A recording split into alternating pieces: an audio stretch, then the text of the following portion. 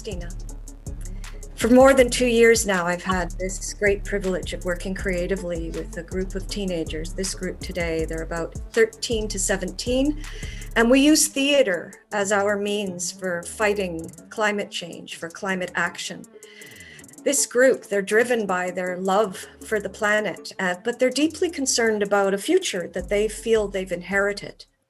I would describe us as a group of teenagers who have a strong opinion on climate change. We're trying to get our voice out there for the older and younger audiences and trying to inform them on how they can use their voice to control this problem. I'm Quinn.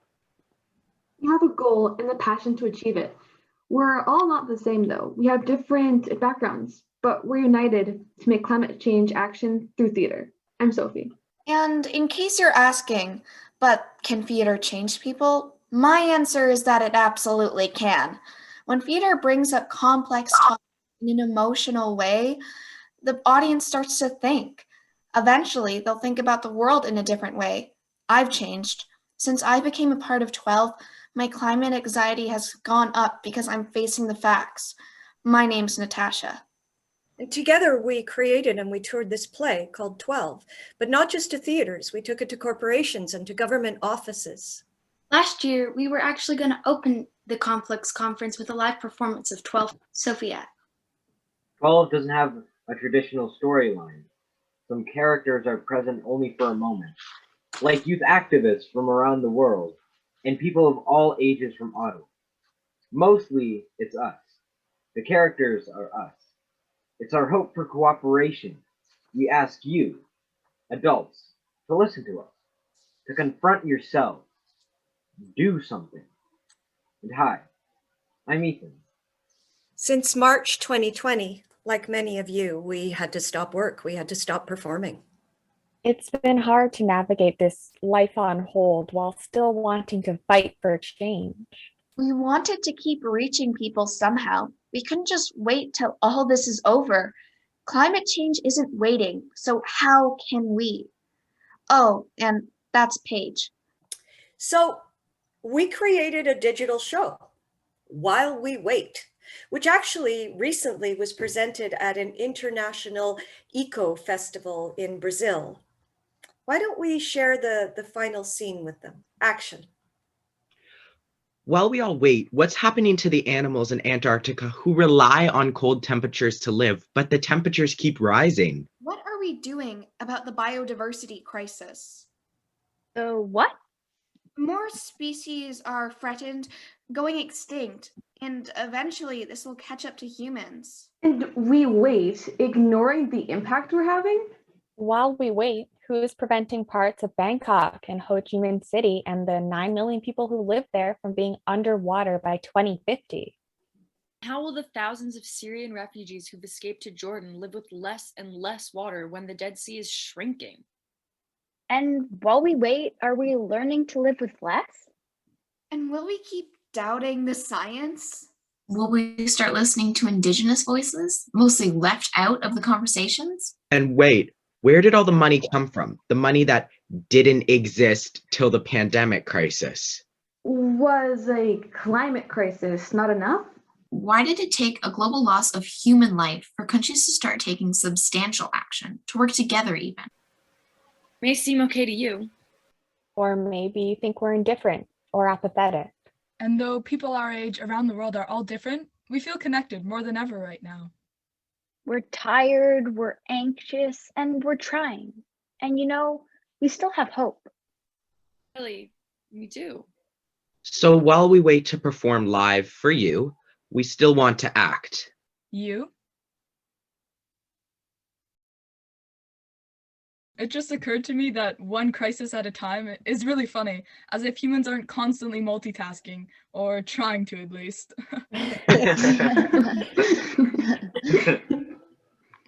Hi, I'm Kaatje. Honestly, I'm worried about the next generation of humans. If we don't fix what we're doing now, me or you might not feel all the effects, but the next generations will have to go through the horrors of climate change. They will see entire cities go underwater. They won't see what life could have been. and it's our fault? I'm scared that humans are going to completely eradicate the forest. What we're doing right now is exactly what we're not supposed to do. I think my biggest concern right now is how everything we do contributes to the climate crisis. The food I eat was made in a factory, then taken by a plane to get to my store. I go to the store and it's cars, cars, cars, and even I would rather take the bus than bike. It feels like as long as I'm human, I'm contributing to the problem. My biggest concern is that I don't think we can reverse this. I'm Ines Leokadia, by the way. Yesterday, I heard that giraffes are now endangered. Why do animals never seem to get priority? Did anyone hear that a research lab is planning on disposing of nuclear waste by burying it near the Ottawa River? That waste will be there for over 500 years. I'm afraid of human apathy. There are people who will sit in their big houses and say, it doesn't affect me, so why should I care?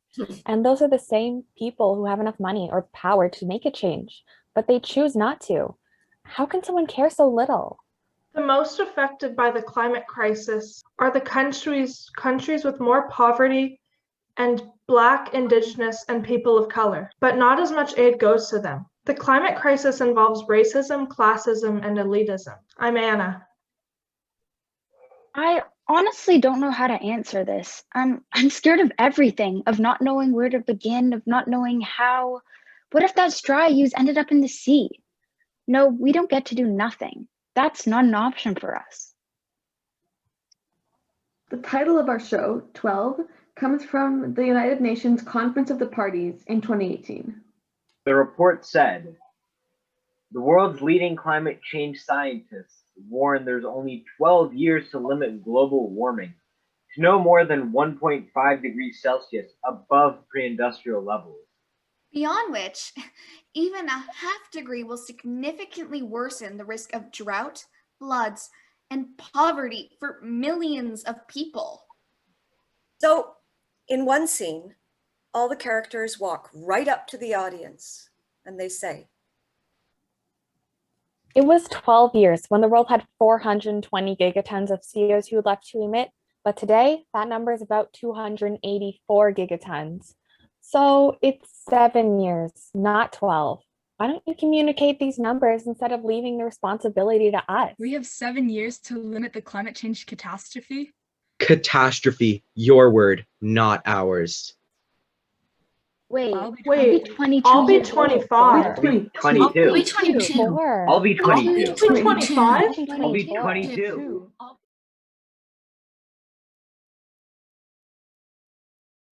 In saying those lines again, I realize I'll be younger than my mom was when she had me. I'll be younger than her when the damage to the earth is irreversible. When it was my 16th birthday, it was strange. I felt jealous that others would get to live their lives in a way that I won't.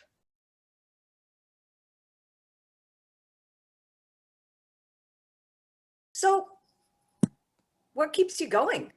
For me, it's our generation. We refuse to stay silent, and today even, it helps. I just kind of wish that we could hear from you. My friends and family. Without them, I wouldn't be where I am today. Voice calls with my friends keep me going. Hope is a tricky thing.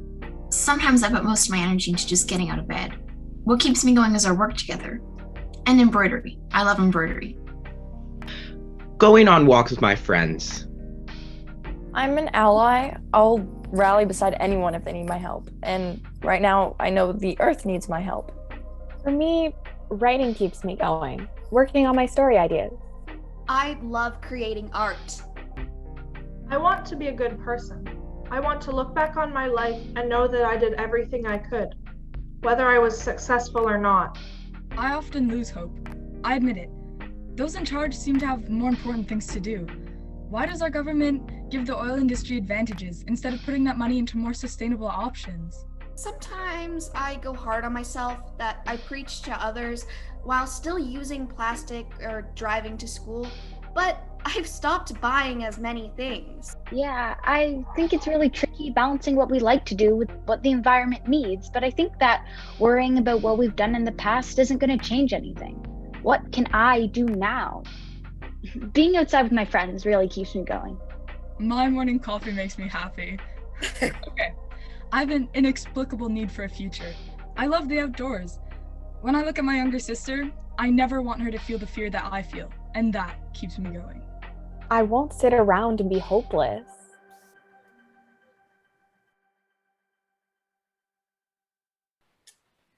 Thank you very much. Thank you for listening to us today and giving us your time. Thank you. Yeah, We'll see you next Thank time. you. Yes. See you See you later. live. See you in a Bye. while. Bye. All right. Bye. Bye.